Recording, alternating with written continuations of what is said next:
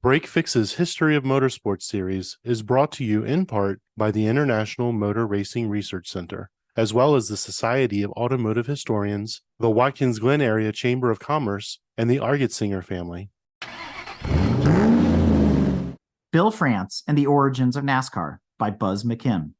Buz McKim, formerly historian at the NASCAR Hall of Fame in Charlotte, North Carolina, is a distinguished figure in the motorsports world and a much sought-after speaker at motorsports gatherings. Buz served as Director of Archives for the International Speedway Corporation and as Coordinator of Statistical Services for NASCAR. He is the author of The NASCAR Vault, an official history featuring rare collectibles from motorsports images and archives. Buz's Legend of Racing radio show is a hugely popular forum for enthusiasts of the sport. Buz was also our keynote speaker for 2 prior Argetsinger symposiums. Buz's presentation explores the racing career of NASCAR's iconic founder, Bill France, and the origins of NASCAR in the late 1940s and early 1950s. Big Bill's exploits are legendary, and his captivating and sometimes overwhelming style belay his extraordinary contribution to the evolution of professional motor racing in America. Buz's presentation is a deeply informed and sympathetic portrayal of the man and his accomplishments.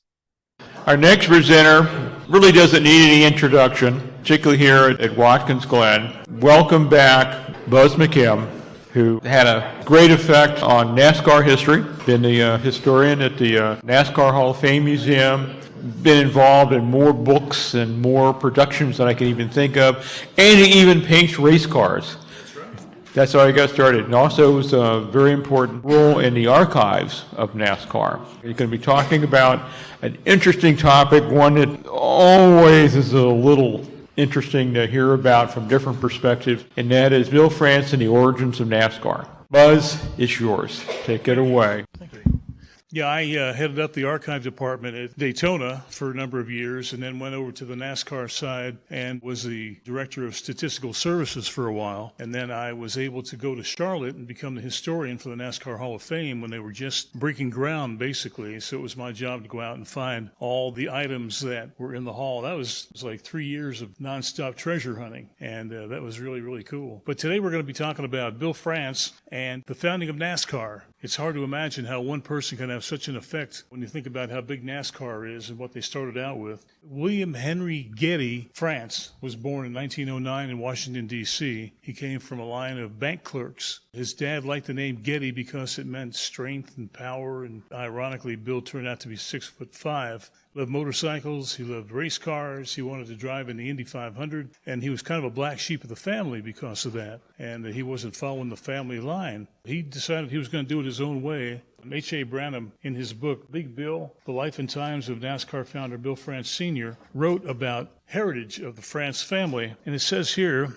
Big Bill seemed appropriate indeed when viewed within the context of his ancestry on his mother's side. His 8th great-grandfather lived life large, to say the least. That was James Graham, the 5th Earl and 1st Marquis of Montrose, known in Scottish history as the Great Montrose. So Bill was directly related to the Great Montrose. So people were expecting great things out of him. You know, Graham, in the 1600s, he was a Scottish nobleman and a soldier who fought for Charles I as the English Civil War developed from 1644 to 1646 and again in 1650. He was renowned for his spectacular victories, taking foes by surprise via superior battle tactics. Now, he must have really pissed off Oliver Cromwell that he was fighting with, because he was known for being beheaded by military dictator Cromwell's troops in 1650. And not only was he beheaded, but his body was cut into 4 parts and sent to 4 major towns in Scotland. So he really got under some people's skin. 10 years later, when the monarchy was restored following Cromwell's death, King Charles II took the throne, and James Graham's body parts were actually collected and buried with great ceremony at St. Giles Cathedral in Edinburgh. That burial area is known as the Montrose Isle, where the Dukes of Montrose are interred, and that was part of Bill's family.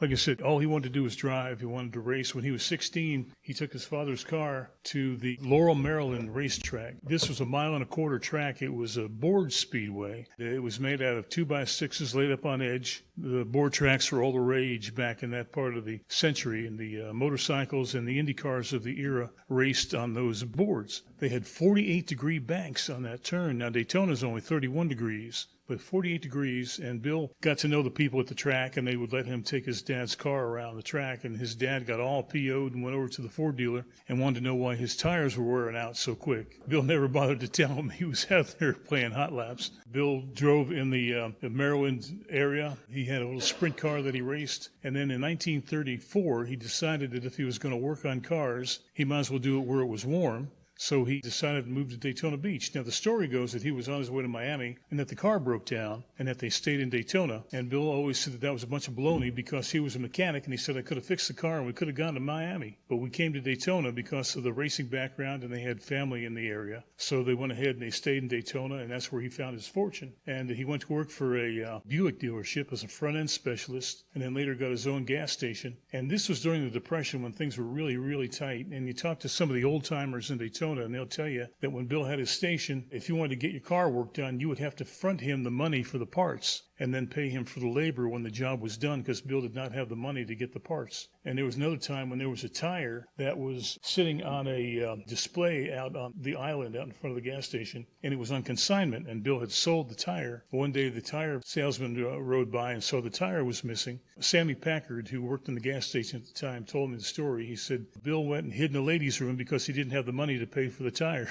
So the next day the tire guy came by and Bill had the money, and he went ahead and paid him. But I mean, that's how tight things were.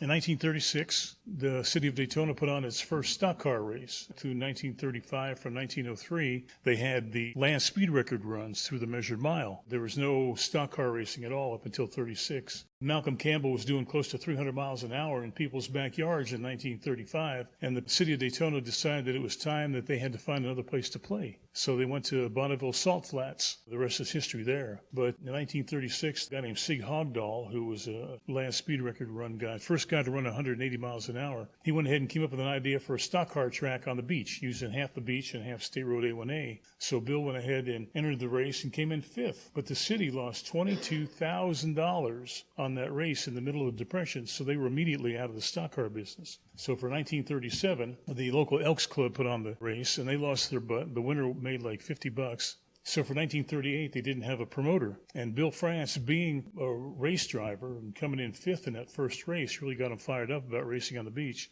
There's a guy named Ralph Hankinson who was a promoter. He was the greatest promoter in the country, and he wintered in Orange City, which is about a half hour from Daytona. So Bill thought he'd go ahead and call collect. He did not have this quarter right here. Could have bought NASCAR in 1938. He didn't have the quarter to make the phone call, so he called collect. And Hankinson didn't know who this Bill France guy was, so he refused the phone call. So Bill was considering doing it himself. He didn't have the money, and he was complaining to a guy he knew named Charlie Reese, who was kind of a gangster, really. He had a lot of money. But he talked to Charlie about the race, and what are we going to do? So Charlie Reese said, well, you know people, and you know the sport, and if you do the legwork, I'll put the money up. So they ended up putting on the 1938 race, and they split a $100 profit. And Bill thought, that's a pretty darn good deal. They charged 50 cents. So for the next year, they went ahead and they charged $1, and they split a $2,000 profit. And Bill said, this is getting a lot better. And Bill continued to race, and he became the 1940 unofficial stock car champion. There were no official champions back in those days because of the sport. It was just scattered. There was no uniform rules. There was just no organization to it. There's no credibility to it.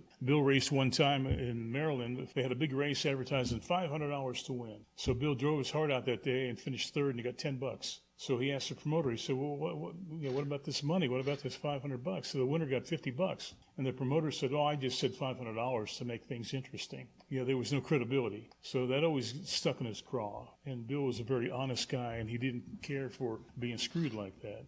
During the war, he went to work at the local boatyard building sub-chasers. He had a couple of little kids at home, so he got a job at the boatyard, didn't have to go out into the service. That worked out pretty good for him. Bill went ahead and continued to race until 1946. Then he quit driving, and he went into promoting full-time. And he got an idea for a race up in Lonsdale, Rhode Island in October of 1947. There was a guy named Bill Tuthill who was a great promoter in the Northeast. And they came up with an idea for kind of a North versus South. Tuthill's guys against Bill France's guys. This was a third of a mile high-banked asphalt track, and nobody thought that it would ever work because stock cars had never been run on asphalt. They figured there'd be no passing, and maybe you might get 500 people to show up if you're lucky. They went ahead and charged $1.20, and they got 9,000 people to show up for this race. So Tut-Hill and France decided that if this thing became organized, it could be something really special. They had an idea to bring some credibility to the sport, and in December of 47, just 6 weeks later, they had a 4-day series of meetings at the Streamline Hotel in Daytona. They banged out the rules, and they selected the heads of different committees and all that sort of thing, and they came up with NASCAR. For that deal there,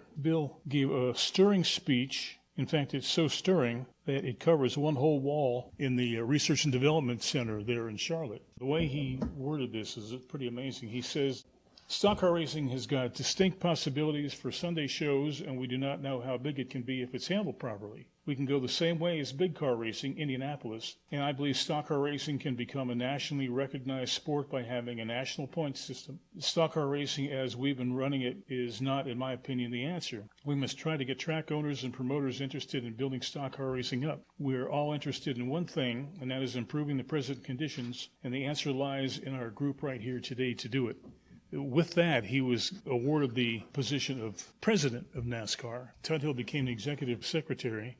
Interesting that NASCAR was not the first name. There was an acronym that they wanted to call the organization. And then after the first vote, somebody realized that there was a group in Georgia that had the same name. So they had to go back and come up with a different name. So Red Vogt, who was the first superstar mechanic, he built all the moonshine cars and all that stuff. He came up with the name NASCAR, National Association for Stock Car Auto Racing. A lot of people didn't like it because they said it sounded like NASCAR. But then on the second reading, they went ahead and they adopted the name NASCAR. And that was in December of 47, and it was incorporated in February of 48. Right from the beginning, it was great. They came up with a uniform set of rules. They came up with a point fund. They came up with a national champion. I have an entry blank from High Point, North Carolina from 1941, and on one of the lines, it says, "Just call yourself whatever you want. We're just looking for good stories for the newspaper." You know, you could say anything you wanted to back in those days, and it really didn't make any difference to anybody. Bill went ahead and they did away with that sort of thing, and he brought credibility to the sport. And it's funny how he talked about Indianapolis and the big car racing. And so here are these guys, they're a bunch of hillbillies, a lot of them, didn't have two nickels to rub together. They're talking about being as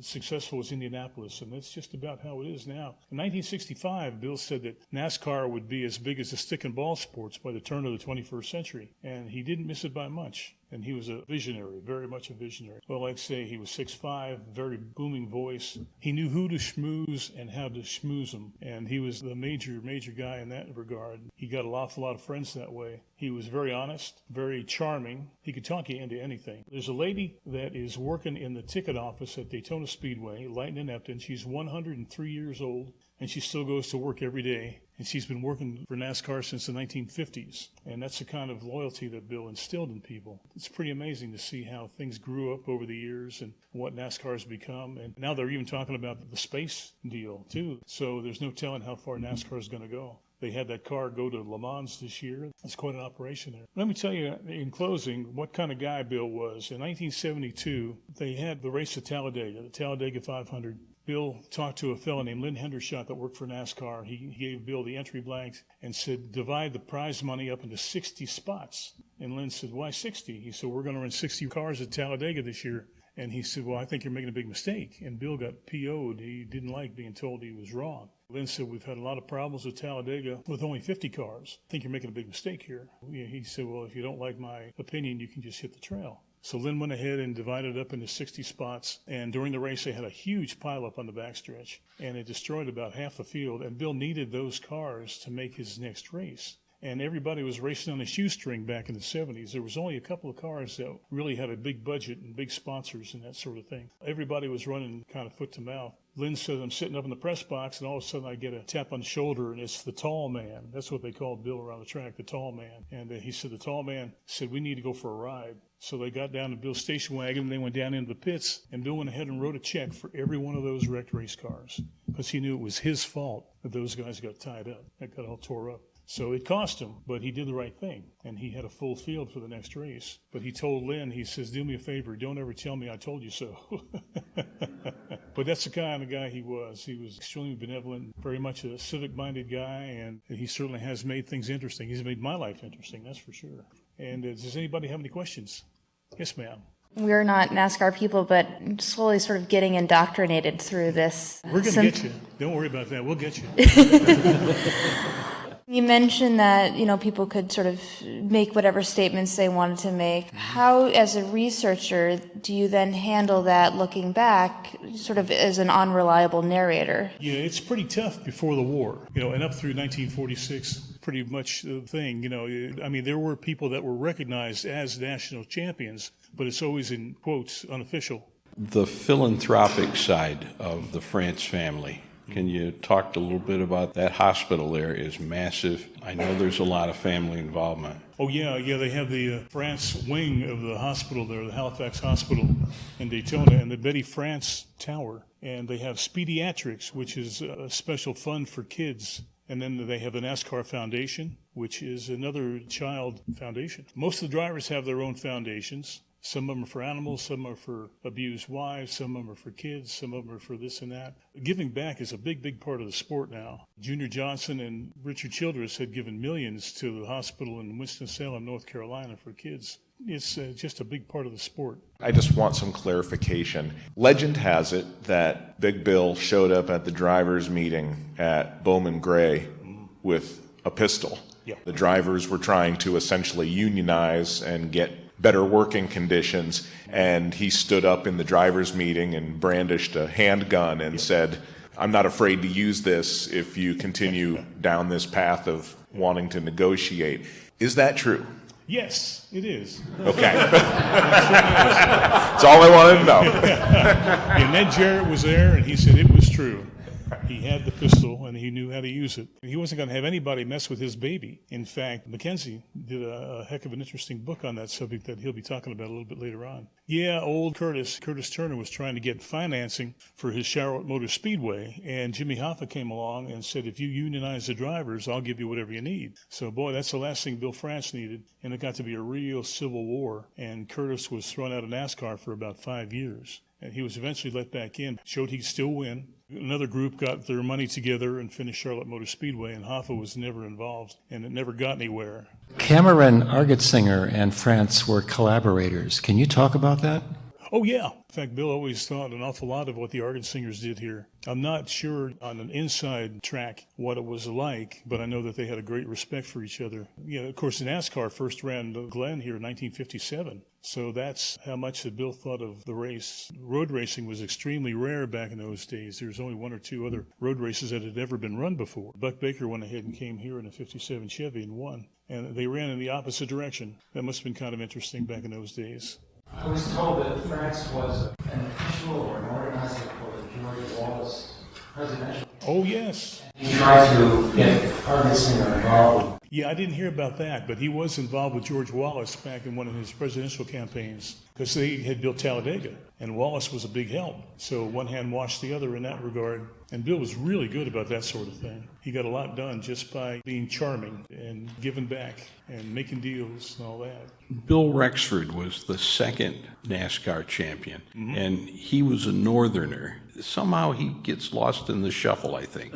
Yeah, well, I heard the story, and I heard this from his co-driver, Lloyd Moore, who was from Jamestown, New York. He said that a year or two after Bill had won the championship, he ran off with his neighbor's wife. He moved to California to get the heat off. So that was where that happened. But yeah, Rexford still is the youngest NASCAR champion. And Lee Petty, if he had to run one more race, he would have been the champion. I think Petty had some points taken away, too, during the year. But Rexford turned out to be the champion, and that's pretty good. Supposedly a Southern sport, and then here's a Yankee winning the championship only 1 year in. Thank you, Buzz, always. We appreciate that. I wore my lucky underwear today. Thanks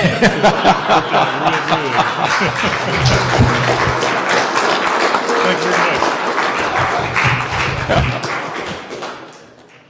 This episode is brought to you in part by the International Motor Racing Research Center. Its charter is to collect, share, and preserve the history of motorsports, spanning continents, eras, and race series. The center's collection embodies the speed, drama, and camaraderie of amateur and professional motor racing throughout the world. The center welcomes serious researchers and casual fans alike to share stories of race drivers, race series, and race cars captured on their shelves and walls and brought to life through a regular calendar of public lectures and special events. To learn more about the center, visit www.racingarchives.org. This episode is also brought to you by the Society of Automotive Historians. They encourage research into any aspect of automotive history. The SAH actively supports the compilation and preservation of papers, organizational records, print ephemera, and images to safeguard, as well as to broaden and deepen the understanding of motorized, wheeled land transportation through the modern age and into the future. For more information about the SAH, visit www.autohistory.org.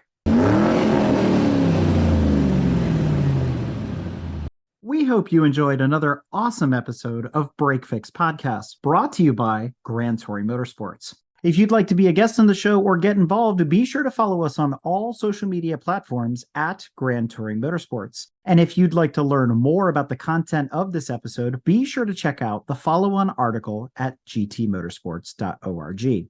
We remain a commercial-free and no annual fees organization through our sponsors, but also through the generous support of our fans, families, and friends through Patreon. For as little as $2.50 a month, you can get access to more behind-the-scenes action, additional pit stop minisodes, and other VIP goodies, as well as keeping our team of creators fed on their strict diet of Fig Newtons, gummy bears, and Monster. So consider signing up for Patreon today at www.patreon.com/GT Motorsports. And remember, without you, none of this would be possible.